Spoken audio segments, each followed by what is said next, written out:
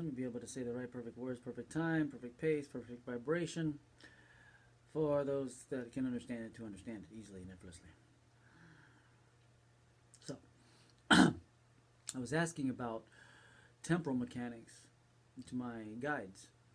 And the way they explained it to me, because I asked them, why is it I can only experience time, which, for those of you know, there's no such thing as time, everything's happening all at once. But I asked them, why is it that I can only experience one thing at a time instead of everything happening all at once? And they said that, like a movie, when two things are happening at the same time, they have to show one part first and then the next part, so that way it's in a continuous, solid one scene at a time.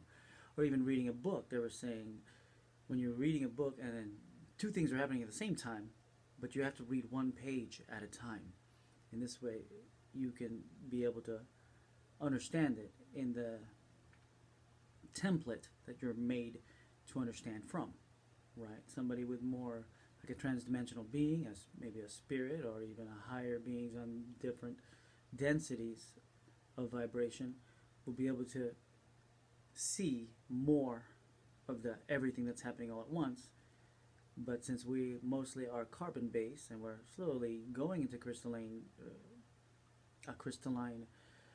more of a beingness, we'll say, to this transition right now the Earth is going through, we're only experiencing it one moment at a time, if that makes sense.